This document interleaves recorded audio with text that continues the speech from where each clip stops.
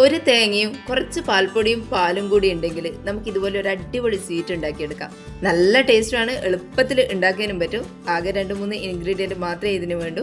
Video മുഴുവനായിട്ട് കണ്ടിട്ട് ഇഷ്ടപ്പെട്ടിട്ടുണ്ടെങ്കിൽ ഒന്ന് ലൈക്ക് ചെയ്ത് സബ്സ്ക്രൈബ് ചെയ്യണേ.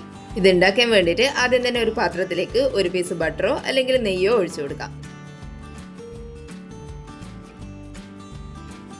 ഇനി ഇതിൻ്റെ അകത്തേക്ക് ഒരു 1.5 കപ്പ് ഡെസിക്കേറ്റഡ് കോക്കനട്ട് ഇട്ട് കൊടുക്കാം. വീട്ടിൽ തന്നെ ഡെസിക്കേറ്റഡ് കോക്കനട്ട് ഉണ്ടാക്കുന്നതിൻ്റെ വീഡിയോ മേലെ കാർഡിൽ കൊടുത്തിട്ടുണ്ട്, എല്ലാവരും ഒന്ന് കണ്ടു നോക്കേ. ഇനി ഇതൊന്ന് നെയ്യിൽ വഴറ്റിയെടുക്കാം. ലോ ഫ്ലെയിമിൽ വെച്ചിട്ട് ഇതുപോലെ ചെറുതായിട്ടൊന്ന് വഴറ്റി കൊടുത്താൽ മതിയാവും. നമ്മൾ ബട്ടറോ നെയ്യോ എന്താണോ ഇട്ട് കൊടുത്തിട്ടില്ല അത് ഈ തേങ്ങയിൽ മുഴുവനായിട്ടൊന്ന് കോട്ടാകുന്ന വരെ ഇതുപോലെ തന്നെ ഒന്ന് ഇളക്കി കൊടുക്കാം. ഇതുപോലെ മുഴുവനായിട്ടും കോട്ടായിട്ട് വന്നിട്ടുണ്ട്. ഇനി ഇതിൻ്റെ അകത്തേക്ക് ഒരു 1/2 കപ്പ് പാൽ ഒഴിച്ചു കൊടുക്കാം.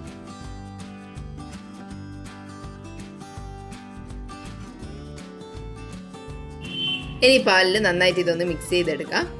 ലോ ഫ്ലെയിമിൽ തന്നെ വെച്ചിട്ട് വേണം ഇത് മിക്സ് ചെയ്തെടുക്കാൻ വേണ്ടിയിട്ട്.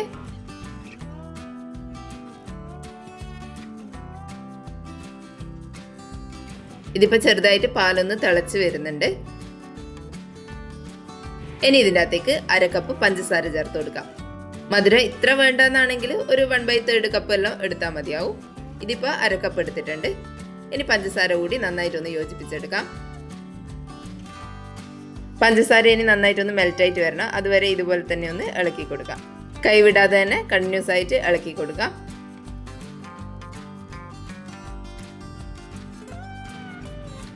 ഇതിപ്പോൾ പഞ്ചസാരയെല്ലാം നന്നായിട്ട് മെൽറ്റായിട്ട് വന്നിട്ടുണ്ട്.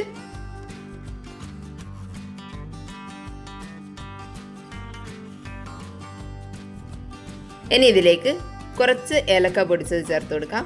ഒരു നുള്ള് ഏലക്ക പൊടി മാത്രം ചേർത്ത് കൊടുത്താൽ മതി, ഏലക്ക പൊടീൻ്റെ ആവശ്യമൊന്നും ഇല്ല. എന്നാലും ചെറിയൊരു ഫ്ലേവറിന് വേണ്ടിയിട്ട് കുറച്ച് ഒരു നുള്ള് ഏലക്കപ്പൊടി കൂടി ഇട്ട് കൊടുക്കാം. ഇനി നന്നായിട്ട് യോജിപ്പിച്ചെടുക്കാം. മെൽറ്റായ പഞ്ചസാരയെല്ലാം ചെറുതായിട്ടൊന്ന് വറ്റി വരുന്നുണ്ട്. കുറച്ച് സമയം കൂടി ഇതുപോലെ തന്നെ ഒന്ന് വഴറ്റിയിട്ടെടുക്കാം. ഇനി ഇതിൻ്റെ അകത്തേക്ക് 1 കപ്പ് പാൽപ്പൊടി ഇട്ട് കൊടുക്കാം. ഇനി പാൽപ്പൊടി കൂടി ഇതിൻ്റെ കൂടെ ഒന്ന് യോജിപ്പിച്ചിട്ടെടുക്കാം. ഫ്ലെയിം ഒട്ടും കൂട്ടി വെക്കരുത്, ലോ ഫ്ലെയിമിൽ തന്നെ വെച്ചിട്ട് ഇതൊന്ന് യോജിപ്പിച്ചെടുക്കാം. പാൽപ്പൊടി കട്ടിയായി പോകുന്നതിന് മുന്നേ വേഗം ഒന്ന് ഇതുപോലെ മിക്സ് ചെയ്തെടുക്കാം. നന്നായി മിക്സായി കഴിഞ്ഞാൽ ഇതുപോലെ തന്നെ ഒന്ന് വഴറ്റിയിട്ടെടുക്കാം. ഇതൊന്നുകൂടി ഒന്ന് ടൈറ്റായിട്ട് വരണം, അതുവരെ ഇതുപോലെ തന്നെ ഒന്ന് വഴറ്റി കൊടുക്കാം. ഇതുപോലെ പാനിൻ്റെ അകത്ത് നിന്നെല്ലാം വിട്ടു വരുന്ന രീതിയിലായി കഴിഞ്ഞാൽ ഫ്ലെയിം ഓഫ് ചെയ്ത് കൊടുക്കാം. ഇനി ഇതുപോലത്തെ ഒരു ട്രേൻ്റെ അകത്തേക്ക് ഒരു ബട്ടർ പേപ്പർ വെച്ച് കൊടുത്തിട്ട് നമ്മൾ ഉണ്ടാക്കി വെച്ചിട്ടുള്ള മിക്സ് ഇതിൻ്റെ അകത്തേക്ക് ഇട്ട് കൊടുക്കാം.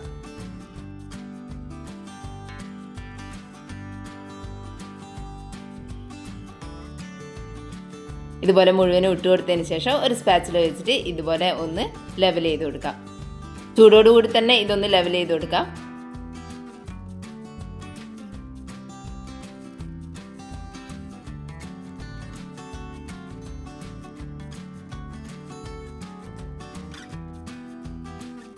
ഇനി ഇതൊന്ന് സെറ്റാകാൻ വേണ്ടിയിട്ട് ഫ്രിഡ്ജിലേക്ക് വെക്കാം. കുറഞ്ഞത് ഒരു 2 മണിക്കൂറെങ്കിലും വെക്കാം. ഞാനൊരു 5 മണിക്കൂർ ഫ്രിഡ്ജിൽ വെച്ചിട്ടുണ്ട്. ഇതിപ്പോൾ നന്നായിട്ട് സെറ്റായിട്ട് വന്നിട്ടുണ്ട്. ഇനി ഇതിൻ്റെ മേലേക്ക് കുറച്ച് ബദാമോ അല്ലെങ്കിൽ കാഷ്യൂ നട്ട്സോ ഇതുപോലെ പൊടിയായിട്ട് അരിഞ്ഞിട്ട് ഇട്ട് കൊടുക്കാം. ഇഷ്ടമുള്ള നട്ട്സ് ഏതാന്ന് വെച്ചാൽ ഇടാം. ഞാനിപ്പോൾ കാഷ്യൂ നട്ട്സാണ് ഇട്ട് കൊടുക്കുന്നത്. ഇതുപോലെ മുഴുവനായിട്ട് ഇട്ട് കൊടുത്തിട്ടുണ്ട്. ഇനി ഇത് മുറിച്ചെടുക്കാൻ വേണ്ടിയിട്ട് നമുക്ക് ട്രേൻ്റെ അകത്ത് നിന്ന് മാറ്റി വെക്കാം. എന്നിട്ട് ഇതുപോലെ ചെറിയ കഷ്ണങ്ങളാക്കിയിട്ട് മുറിച്ചെടുക്കാം.